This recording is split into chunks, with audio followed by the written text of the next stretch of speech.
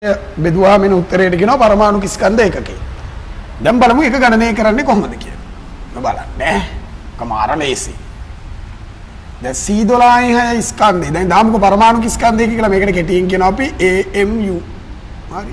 AMU එක ගණනය කරන්න 1.98 ගුණ කිරීම 10 ඍණ 26ක් කියලා ගමුකෝ කිලෝග්‍රෑම්. මේක බෙදන්න ඕනේ 12. හරි. කොබෙදෙන් 12 බෙද. ඕක 12 බෙදනවා 10 ඍණ 26 මතක් කරලා. මතක් කරලා. හරි. 1.98 12 බෙදමු. දැන් මම මෙහෙම බෙදන්නේ මේ දැන් තාමාර එකපාරට මේක වා උරු කරගන්න. හරිද? මට මේක මනෝමයෙන් කපලා ගන්න පුළුවන්. හරි? ප්‍රශ්නයක් නෑ අපි බලමුකෝ. දැන් අපි මේක බැරිම කෙනාටනේ අපි උගන්වන්න ඕනේ. යම් කිසි විදියකට. දැන් හැමෝටම එක සමානව පුළුවන් නෑනේ. දැන් මේම කියලා දෙනකොට දැන් බැරිම කෙනාට නම් මුල් කාලේ මේ විදිහට බෙදලා හරි උත්තරේ හොයාගන්න පුළුවන්.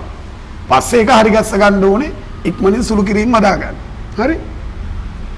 දැන් මෙතන එකක් තියෙනකොට 12 ගොඩවල් නැහැ කියලා දන්න ඕනේ බිඳුවයි. ඒතර අනිවාර්යෙන් අපිට දශමයක් තියන්න වෙනවා. දශම තිතෙන් මේ පැත්තේ ඉලක්කම් අදින්න වෙන ඉඳලා. ඒතර මේ එක ඔහොම මනෝමයෙන් තියාගෙන මේ 9 මෙතනට ඇදලා හිතා ගන්නවා ඉලක්කම 19. ඒතර 19ට 12 වෙනවා එකක්. 19ක් තිබ්බ 12 එකක් ගියා. එතකොට 19න් 12ක් අඩු කරාම උත්තරේ 7යි. එතකොට 7යි දැන් මේ 8යි සෙට් වෙනවා. දැන් 7 ළඟට 8 එනවා. එතකොට 78යි. 78 12 ඒ ගයින 12 එක 12 12 දෙක 24 එහෙම. හරි. එතකොට අපි දන්නවා මේකේ ආසන්නම 72ක් තියෙනවා 12 ගොඩවල් 6ක්. 72යි. ඒ කීයක් තිබ්බද? 78ක් තිබ්බ 72ක් ගියා 6ක් ඉතුරු. දශමේ තියලානේ. ඒක ඔටෝ බිඳුවක් එනවා දැන්. දශමේ තිබ්බට පස්සේ ඉතුරු වෙන සංඛ්‍යාව වලට ඒක ඉබේ හම්බ වෙනවා බිඳුවක්. හරිද? එතකොට 60යි. 60ට 12 ගොඩවල් 5යි. උත්තරයක් හම්බුණා 0.165 ගුණ කිරීම. අන්න ගන්න මේක. දැන් අමතක කරපු 10 ඍණ 26 මෙතනට ගන්න. අන්න ගත්තා.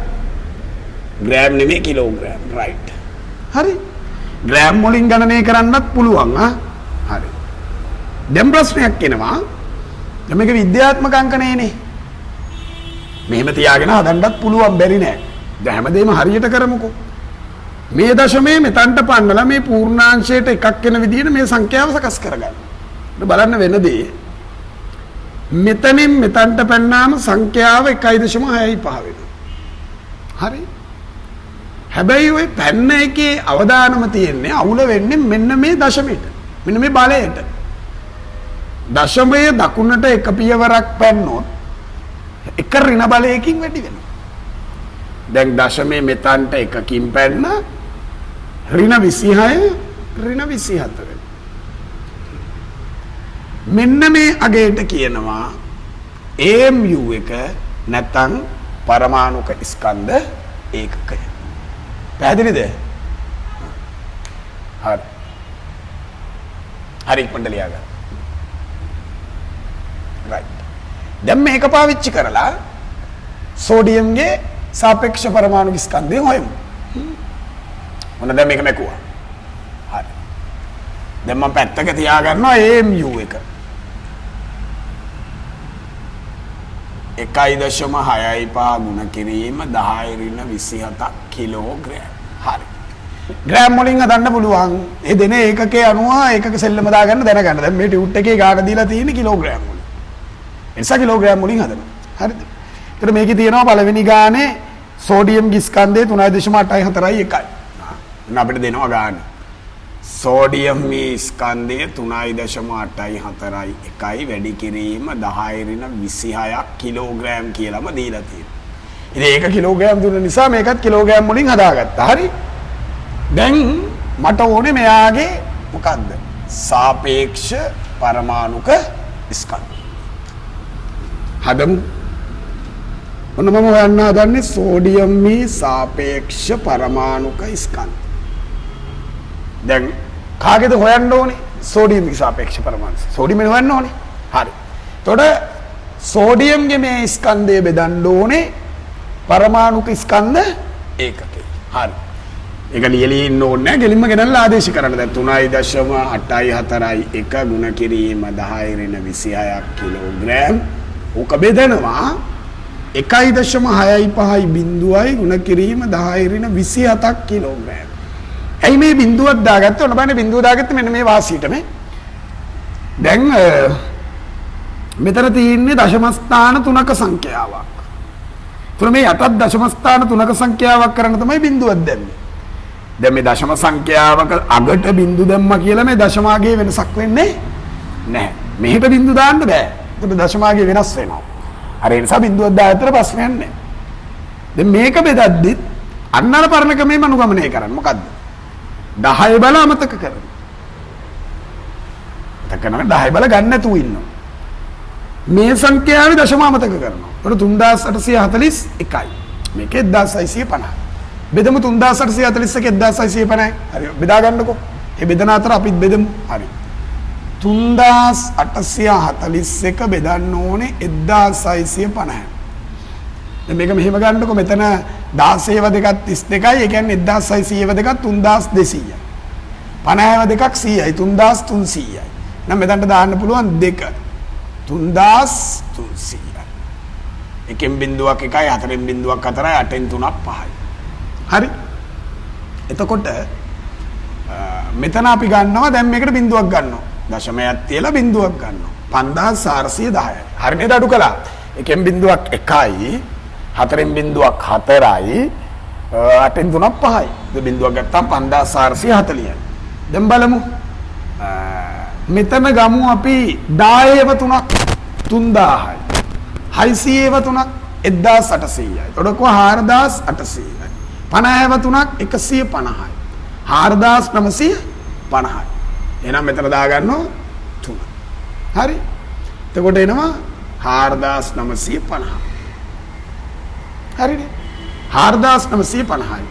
එතන බිඳුවයි එකෙන් පහක් බෑ මෙතනින් ගියද 11න් පහක් 6යි නේද? එතකොට මෙතන 3යි 13න් 9ක් 4යි 460යි 4600යි.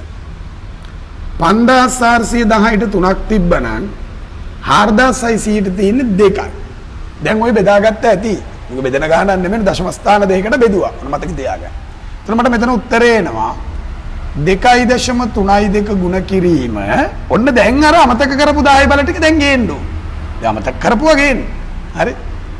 දැන් ඔයාලට පේනවා උඩ ඉන්නවා 10 ඍණ 26ක්. යට ඉන්නවා 10 ඍණ 27ක්. සරලම ක්‍රමය තමයි මෙන්න මේ 10 ඍණ 27 දාන උඩට. මේ ඍණ බලය උඩට ගෙනියන්න. එතකොට ඍණ බල උඩට යද්දි ධන වෙනවා. එතකොට මෙතන එනවා 10 ඍණ 26යි ධන 27යි. ඍණ 26යි ධන 27යි. එතකොට ලොකු එකෙන් පොඩි එක අඩු වුණා 27න් 26ක් අඩු කරා 1යි 10 බල 1යි. කිලෝග්‍රෑම්. හරි. දැන් මෙතන කිලෝග්‍රෑම් කතාව ඕනේ නැහැ. ඇයි? මේ කිලෝග්‍රෑම්ට මේ කිලෝග්‍රෑම් මේකක් කැපෙනවා. මේක ඒකක නොහිත රාශියක් හම්බ වෙනවා. 10 බල 1ක් කියන්නේ දශමයේ මෙහෙට දානවා. උත්තරේ 23.2යි. නමුත් මම කිව්වා බොහෝ වෙලාවට මේ වගේ අවස්ථාවල් වල අපි සාපේක්ෂ පරමාණු ස්කන්ධය සඳහා පූර්ණ සංඛ්‍යාත්මක අගයක් ප්‍රකාශ කරනවා. එතන මේක පූර්ණ සංඛ්‍යාත්මක කරන්න, ඒ කියන්නේ පූර්ණ සංඛ්‍යාත්මක තමයි දශම නොවන සංඛ්‍යාවක අගයක් ප්‍රකාශ කරනවා. පළමු දශම ස්ථානයේ 5ට වඩා අඩුයි. එහෙමනම් මේක පූර්ණ සංඛ්‍යාවට වැටෙවු කල උත්තරේ.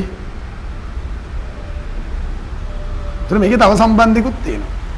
දැන් බලන්න මේ 23 අතර පොඩි සම්බන්ධතාවයක් පෙන්වන්නම් මම. දැන් ඔයා දන්නවා සෝඩියම්ගේ ස්කන්ධ ක්‍රමාංකය 23. ආසන්න වශයෙන් සාපේක්ෂ පරමාණුක ස්කන්ධයත් 23යි. ඒ කියන්නේ කිසියම් පරමාණුක සාපේක්ෂ පරමාණුක ස්කන්ධය ආසන්න වශයෙන් එහි ස්කන්ධ ක්‍රමාංකයට සමානයි. ඒ නිසා ඉතින් දලාගයක් පරමාණු පිළිබඳ අවබෝධයක් තියෙනවා නම් ගන්න පුළුවන්. හරි. නමුත් අර සමාහන පරමාණු වෙනවා ඒ වෑර අපි දශම ස්ථානයකට ගන්න වෙලාවල් තියෙනවා. දැන් සමහර ඒවා දැන් අපි ගත්තොත් හයිඩ්‍රජන්ගේ 1.1 නම් ඉතින් මේ කිසි ප්‍රශ්නයක් නැහැ මේකේ සාපේක්ෂ පරමාණු ස්කන්ධ 1යි. හරිද? දැන් කාබන්ගේ 12.6 පරමාණුව සැලකුවොත් ආසන්න වශයෙන් එයාගේ සාපේක්ෂ පරමාණු ස්කන්ධය 12යි.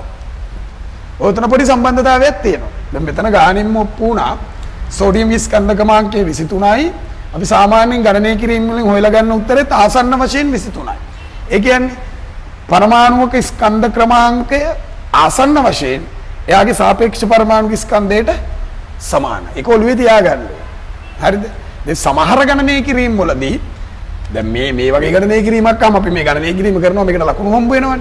සමහර තැන් වලදී අපිට සාපේක්ෂ පරමාණු ස්කන්ධේ විතරක් ඕන වෙන තැන් වලදී මෙන්න මේ ස්කන්ධ ක්‍රමාංකයේ මතක නම් ඒක පාවිච්චි කරලා අපිට මෙයාගේ සාපේක්ෂකය අරගන්න පුළුවන්. මොකද බොහෝ වෙලාවට ඒක ආසන්න වශයෙන් මේකට සමානයි බොහෝ පරමාණු. දැන් අපි ඇලුමිනියම් හැදුවොත් එහෙම ඇලුමිනියම් 13යි 27 අනිවාර්යෙන් එයාගේ පූර්ණ සංඛ්‍යාවට සාපේක්ෂ පරමාණු ස්කන්ධ එන්න ඕනේ 27. දැන් ටියුට් එකේ තියෙන ගණන් ටික හදන්න. හරි? ඊට පස්සේ ගාන රටාව වෙනස් කරලා හදමු. මේක සරල ගානක් නේ. දැන් මේ ක්‍රමයේ බලාගත්තා මේක ලියාගත්තා.